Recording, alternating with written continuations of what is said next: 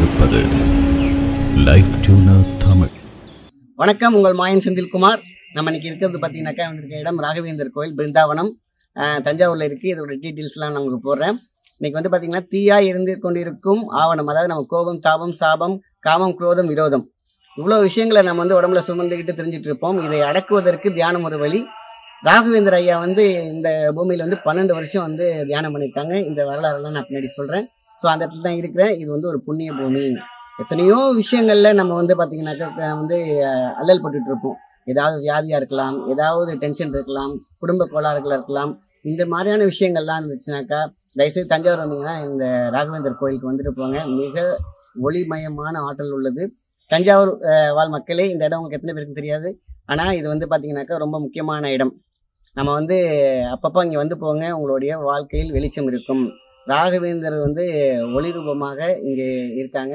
So அவங்க வந்து பார்த்தீங்கன்னாக்கா அவங்களை கண்டிப்பாக அவங்களுடைய பிரச்சனைகள்லாம் தீர்ப்பாங்கிற நம்பிக்கை உண்டு. இங்கே இருந்தீங்கன்னாக்கா தயவுசெய்து வாங்க. வெளியே இருக்கவங்களாம் ஒரு முறை எங்கெங்கேயோ டூர் போகிறோம், இங்கேயும் வந்து உங்களுடைய வாழ்வை வளமாக்க ஒரு மிக சிறந்த இடமாக தான் இருக்கும். பிருந்தாவனம்னா அவ்வளோ ஒரு அமைதியாக இருக்குது, நல்லா அழகாக பேர் வச்சுருக்காங்க. வாங்க உள்ள பார்க்கலாம்.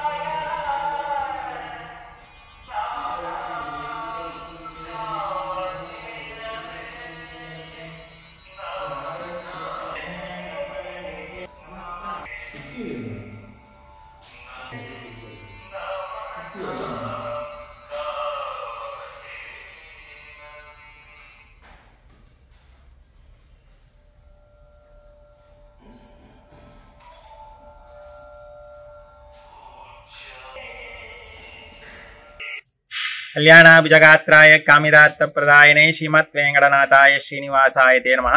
पूज्याय राघवेन्द्राय सत्यधर्मरताय च भजताम कल्पवृक्षाय नमताम कामधेनवे।